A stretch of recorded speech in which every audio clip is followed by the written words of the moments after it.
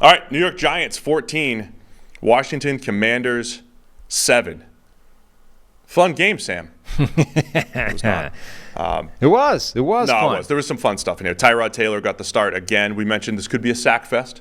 We also prefaced it by if Daniel Jones played. But yeah, Tyrod Taylor got sacked 4 times. Sam Howell got sacked 6 times. It's because you wouldn't let me call it a sack-off. No, you shouldn't. I mean, it was. That's what it was. It certainly was this week. The Saquon Barkley Giants are far more competitive, as we've seen. The Tyrod Taylor Giants. Taylor. Oh, maybe it's the Tyrod Taylor Giants. The sacks were so obvious that they were like calling them. Like the way Tony Romo was, like everyone thought Romo was great because you spent the first like 6 months of his career like calling plays before they happened. That the announcers are doing that for sacks in this game. They're like, well, we told you there was going to be a lot of sacks. Watch this third down. It's like Sam Howell drops back, just sack. They're like, yeah, told you.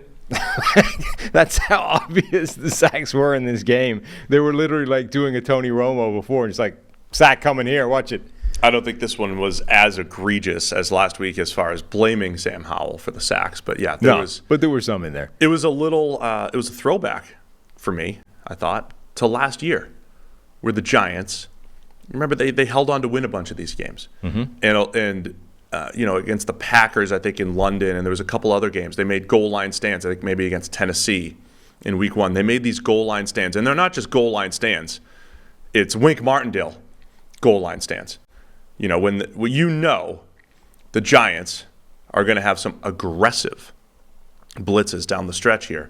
But that's what it was, right? Sam Howell has, they have extra rushers, and on third down, so the Commanders are down 7, trying to lead the comeback. Third down, Sam Howell spins away from the pressure, hits Jahan Dotson. Or was that on 4th? That was on 4th down or 3rd down? Yeah, wait. Hits Jahan Dotson and drops. I think that was on 4th down to end the game. But you just have the Giants sending extra rushers, knowing you got to hit somebody quick, you got to get it to somebody, and it puts a lot of pressure on the offense. Those are the types of game clinchers that the Giants had last year, and we got to see that this week against Washington. I mean, I think it is worth pointing out the difference that Tyrod Taylor has made to this offense. As much as Tyrod Taylor might not be great, he has changed things. Like him taking deep shots to Jalen Hyatt is different. Like they've been Giants fans have been calling for this all season long, and apparently the only person in the building that thinks there's merit in just going, hey, why not let's lob the ball up in the direction of the really fast guy and see what happens. Maybe there's a good play out here. I mean, he's hit multiple deep shots to Jalen Hyatt. He had a third one that was in his hands, and the DB broke it up in the end zone. Like that changes the offense, even with a bad offensive line. Our friend Eric Edholm tweeted after they scored, the Giants just scored their first touchdown in a month, first half touchdown, and first touchdown at home.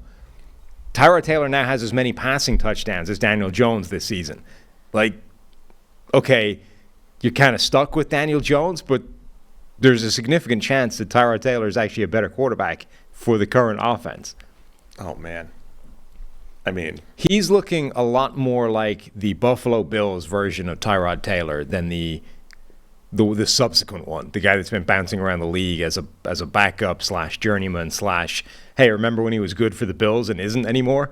Like he looks more like that guy than he does the second version. Okay. I mean, Tyrod's played pretty well the last couple weeks. Yeah, and his biggest flaw has been taking some silly sacks, which the Giants have scored. Bad. The Giants have scored 23 points the last 2 weeks. Right. I mean, the difference is their defense is playing way better.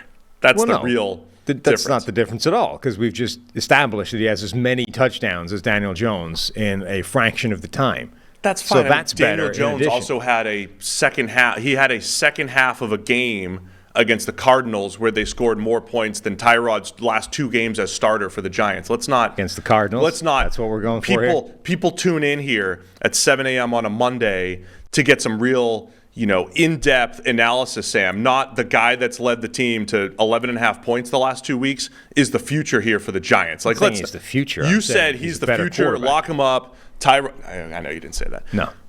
But Daniel Jones isn't playing well and everything. The offense is ugly, and Tyrod's playing a little bit better these last couple weeks. But let's not get crazy here. The offense still has plenty of issues. I agree with unlocking Jalen Hyatt and at least chucking it, right? It did feel like Daniel Jones was under so much pressure you don't have time to get it out there, but sometimes you do. Just hit the top of your drop, get it out there, let Jalen Hyatt make a play. He had 2 catches for 75 Well, this yards. was like the Andy Dalton game for Carolina. It's like sometimes you need another guy in there just to see how bad the situation actually is. Like, I think what Tyrod Taylor has shown is that as bad as the situation is in New York, it's not as bad as Daniel Jones was making it look. And actually, because of that, Tyrod Taylor might actually be a better quarterback for this offense at the moment.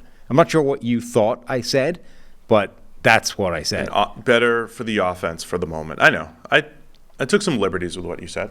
I did a little bit. Yeah. I was also just trying to ground you a little bit that like the narrative changes. If the Giants defense was playing as poorly as they were earlier in the year and the Giants lose, 24-14, it's just like, oh, same old Giants. They scored 14 points. Or if the Giants defense got lit up by the Bills last week as on paper it looked like they could, and they lose 31-9 because they scored 9 points last week instead of 14-9, it might not feel as good. You know what I mean? It doesn't have to feel as good, but I think it's visible that he's outperforming Jones at the moment.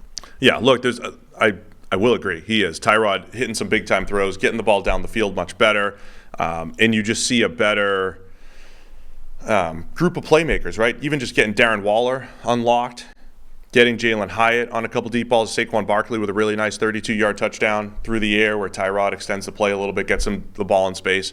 So I'll agree. Yeah, obviously Tyrod Taylor's playing better than Daniel Jones had played over these last couple weeks, but Giants defense has been far better. I mentioned that they sacked Sam Howell 6 times. That Dexter Lawrence was unblockable on several of those. I tried to go through it, try to break down the sacks again, just to see. This one was far more on the offensive line on those particular plays. Dexter Lawrence getting quick pressure, missing stunts. But anytime you see an unblocked rusher, and you get that a lot with the Giants, a lot of times it's on the QB, right? Either setting the protection so that the guy's not unblocked, or the unblocked guy is the quarterback's responsibility, right? And it's like, if this guy comes, you're throwing behind him, there's a hot route, and didn't always have a hot route and everything. It was a bit of a mess. But the Commanders' offensive line did not do a great job picking up stunts, blocking Dexter Lawrence. They didn't have answers for unblocked defenders a whole lot. And even after all that said, Giants turn it over in Washington territory, and the Commanders drove from their own 8 all the way to the Giants' 7. I think they had first and goal from the 7, and they're unable to tie the game. As I mentioned, Jahan Dotson drops it. So narrative-wise, the Giants' defense played much better. Tyrod's playing a little bit better. Just another weird 7. What did you make at the very end of this game? So right after that play, Jahan Dotson drops the ball, 4th and 5, down by the 7, a minute left, right? So now the Giants get the ball with 56 seconds left on the clock. I probably started watching another game. Okay, so they get the ball with 56 seconds on the clock. At that point, Washington had 2 timeouts. So if you start doing the math in terms of clock, they don't have the time to chew it all up, right? You either need a first down or you need to do a few of those plays that eat out some seconds, because you're not going to be able to just take a knee. They're going to have to get the ball back. Instead, they do decide to take knees. And not even those knees where you're like running back and trying to choose some time, just taking some knees, which means they're going to be giving the ball back to Washington with like 16 seconds left on the clock. 16 seconds was what they needed to burn in order to not give the ball back to Washington with time on the clock. And the game ends up being ended because on one of those knees, somehow Daron Payne gets hurt, and that's a 10-second runoff and game done, right? Yeah. But effectively, rather than run plays and try and eat 16 seconds. Because the last knee took place with 51 seconds left. Right. So rather than like run plays and try and get rid of 16 seconds and or pick up a first down, the Giants were like, no, we'll take a knee and we'll gamble essentially that they won't be able to score. Yes. That feels. I mean, I understand that when you run plays, bad things can happen. Like, it's not a shot to nothing, right? You can always fumble the ball or make a mistake of any other kind that can cost you time, points, whatever. But it feels like if you don't burn 16 seconds, they're going to get the ball back outside of a weird situation like this.